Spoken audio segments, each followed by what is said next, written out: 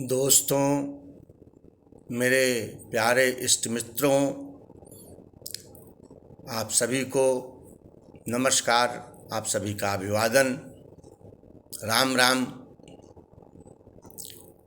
आपका doctor Keshav Awasthi astrologer ज्योतिष मंच आइए ज्योतिष सीखे कार्यक्रम में एक बार पुनः स्वागत है।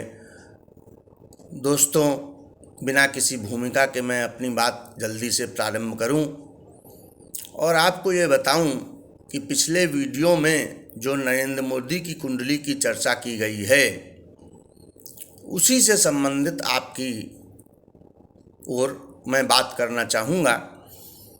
और आइए ज्योतिष सीखे कार्यक्रम में है तो यदि आपने पिछले कोई वीडियो देखे हैं तो ज़रूर समझेंगे, अन्यथा नया भी पहली बार देख रहे हैं तो चैनल को लाइक और सब्सक्राइब और शेयर अवश्य कीजिए और इस कार्यक्रम को देखिए। निश्चित रूप से आप कुछ न कुछ अवश्य सीखेंगे। तो दोस्तों, जब नरेंद्र मोदी की कुंडली की चर्चा हुई तो वहाँ पर मैंने आपको बताया था कि उनकी कुंडली में केमद्रुम नाम का एक योग बना हुआ है। दोस्तों, ज्योतिष शास्त्रों में केमद्रुम नाम के योग का जहाँ उल्लेख मिलता है वहाँ पर बताया गया है कि ये इतना खतरनाक योग होता है, इतना डैमेजिंग योग होता है कि पूरी कुंडली पर इफेक्ट डालता है और चार्ट की स्ट्रेंथ ही कम कर देता है। कितना ही बड़ा राजयोग क्यों न बना हो दूसरी ओर से, लेकिन ये प्रभाव डालता अवश्य। केमद्रुम खत्म नहीं होता, केमद्रुम भंग योग जैसा कोई योग नहीं है।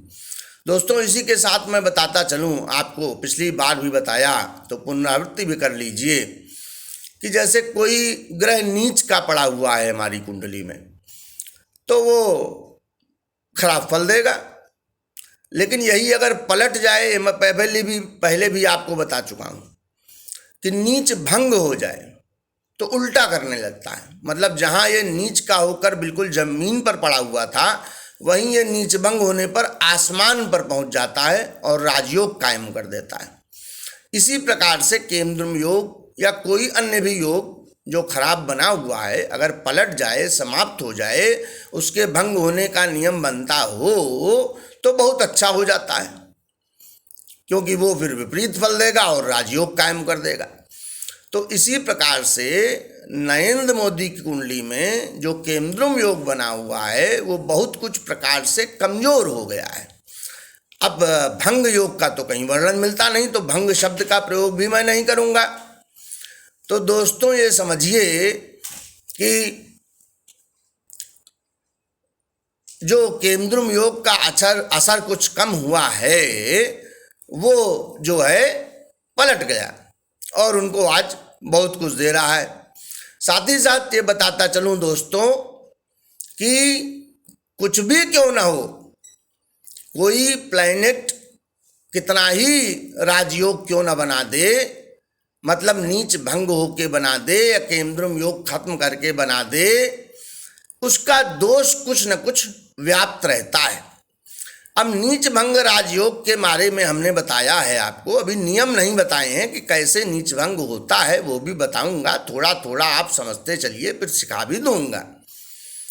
आज का विषय यही है, नरेंद्र मोदी की कुंडली और केमद्रुम योग, इस पे चर्चा कर लेते हैं। तो ये मैं आप सबको बता रहा हूं कि इस प्रकार से होता है और नीच कितना ही भंग न हो जाए, व्यक्ति की डिस्पोजिशन में, नेचुरल क्वालिटीज ऑफ माइंड में नीचत्व दोष बना रहता है, ये जानने की आवश्यकता है।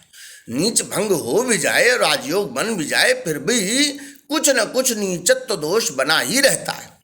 अब याद कीजिए, मैंने केमद्रुम योग का क्या लक्षण बताया था। सबसे प्रमुख लक्षण है इसका, जो कुंडली को बर्बाद कर देता है और जातक को भी बर्बाद कर देता है, कि ये जातक को अनप्लान्ड बनाता है, अनियोजित। ऐसा जातक सुनियोजित नहीं होता अपने कर्मों में, तो कर्मों का एग्जीक्यूशन या फल उसके कैसे आएंगे। तो हमने बताया था आपको कि ऐसे लोगों को दूसरों से सलाह मशवरा करके निर्णय लेना चाहिए, लेकिन चूंकि केमद्रुम योग है, टाले तो टलता नहीं, उसका दोष तो बरकरार रहेगा ही कुछ, भले ही वो राजयोग में कन्वर्ट हो गया है तो दोष बना रहेगा।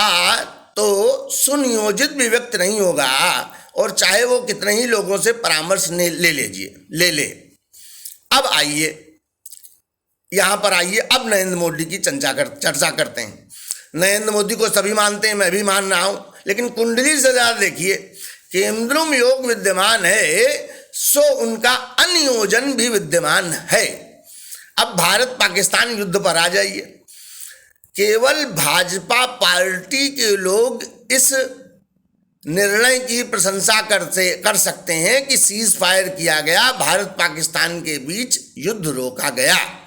भाजपा के अलावा 140 करोड़ भारत देश की जनता में कोई भी ऐसा व्यक्ति नहीं होगा, ना हम ना आप, जो इस फैसले का समर्थन करें। दोस्तों, ये फैसला सर्वथा गलत है। इंदिरा गांधी इस मामले में नरेंद्र मोदी से आगे निकल गई थी, लाखों वो खराब थी, लाखों उन्होंने इमरजेंसी लगाई, लेकिन इस मामले में इंदिरा गांधी आगे थी।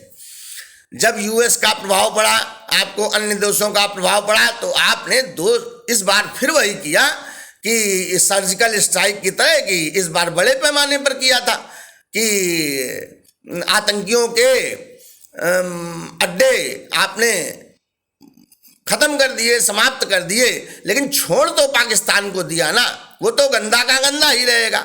उसने फिर से पुनः वही जड़ बोना शुरू कर दिया है, आतंकी वाली। अब दोस्तों ये जान लीजिए, इस बार नरेंद्र मोदी को अभी आखिरी मौका है लड़ने का।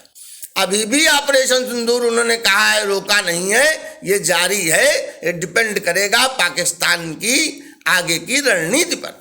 दोस्तों, ये बिल्कुल नहीं करना चाहिए था, और ये निर्णय सर्वथा गलत है। ये प्रमाणित करता है कि केंद्रुम योग कुंडली में कितना ही समाप्त होकर ऊंचा आदमी क्यों न बना दे, लेकिन जैसे मैंने नीचत्व दोष बताया प्रभाव में रहता है, उसी प्रकार से केंद्रुम योग का अनियोजित होना, व्यक्ति का character, disposition, natural qualities of mind, व्यक्ति का स्वभाव अनियोजन की ओर, अनियोजित निर्णय लेने की ओर अग्रसर रहता है। सो नरेंद्र मोदी ने निर्णय ले लिया, और इसके पहले एक और निर्णय ले चुके हैं। किसान का कानून बनाया था और फिर उसको वापस ले लिया था। ये एक निर्णय और एक ये निर्णय, ये तो बहुत खतरनाक निर्णय। इस बार बलूचिस्तान को अलग करके पीओके ले करके और भी उसके खंड खंड टुकड़े कर देने थे, जिस प्रकार से कभी अमेरिका ने रूस के किए थे। तो रूस की तो वो स्थिति नहीं है, और रूस अच्छा देश भी है, लेकिन पाकिस्तान को इस स्थिति में पहुंचा देना चाहिए था कि दोबारा जब वो आतंकवाद के बारे में सोचे तो थर थर अपने आप में ही कांप जाए। ऐसा नहीं हुआ है दोस्तों, केवल वही सर्जिकल स्ट्राइक और उसी की तरह हुआ है, और तब से वही प्रशंसा सब लोग गा रहे हैं। जब से ये हुआ रात में, उसके बाद केवल प्रशंसा चालू है कि हमने ये किया, हमने ये किया। ये कोई देशवासी इस बात का समर्थन नहीं करेगा, भाजपा के अलावा, ना हम ना कोई, जबकि भाजपा के हम समर्थक हैं, नरेंद्र मोदी को ही वोट देते हैं। लेकिन ये निर्णय गलत है। एक एस्ट्रोलॉजर होने के नाते मैं आपको बता रहा हूं, ये अनियोजित होने का केंद्रुम का लक्षण आपको सिखा रहा हूं। तो जिसकी भी कुंडली में केंद्रुम योग हो, वो ठीक प्रकार से परामर्श करके निर्णय लेना चाहिए, और निर्णय ये परामर्श में लिया गया, लेकिन ये गलत निर्णय है। यही तो मौका था पीओके लेने का, बलूचिस्तान अलग करने का, पाक को तहस नहस करने का। अब अगर एक डेथ भी हो जाती है आतंकवाद के जरिए, तो उसके लिए नरेंद्र मोदी ही दोषी ठहराए जाएंगे। अगर एक भी मृत्यु हो गई इस भारत देश में, चाहे कश्मीर में, चाहे कोई भी आतंकवाद का हमला हुआ, और एक भी व्यक्ति की जान गई, तो उस व्यक्ति के सीधे सीधे नरेंद्र मोदी जिम्मेदार होंगे, क्योंकि उन्होंने पाकिस्तान को तहस नहस किया है। लेकिन वो भी अपनी कुंडली में फंसे हुए हैं, कुंडली में हम भी अपनी फंसे हुए हैं। सब लोग मजबूर हैं, जैसा ग्रह चाहते हैं, जैसा ग्रह बनाते हैं, होता वैसा ही है दोस्तों। तो आज के लिए बस इतना ही। अगर आपको मेरी बात अच्छी लगी हो तो आप मेरे चैनल को लाइक करिए, सब्सक्राइब करिए, शेयर भी करिए। तो आज का विषय था नरेंद्र मोदी और केंद्रुम योग, जहां पर आपने जाना कि केंद्रुम योग जैसे नीचत्व दोष बना रहता है, वैसे केंद्रुम योग भी आंशिक प्रभाव छोड़ जाता है। और पहले की जिंदगी तो चाय बनाने वाली, तो आप देखते हैं कितनी विकट जिंदगी, कितनी कष्टमय जिंदगी नरेंद्र मोदी ने बिताई है। तो तो वो सब केमद्रुम योग का ही फल था।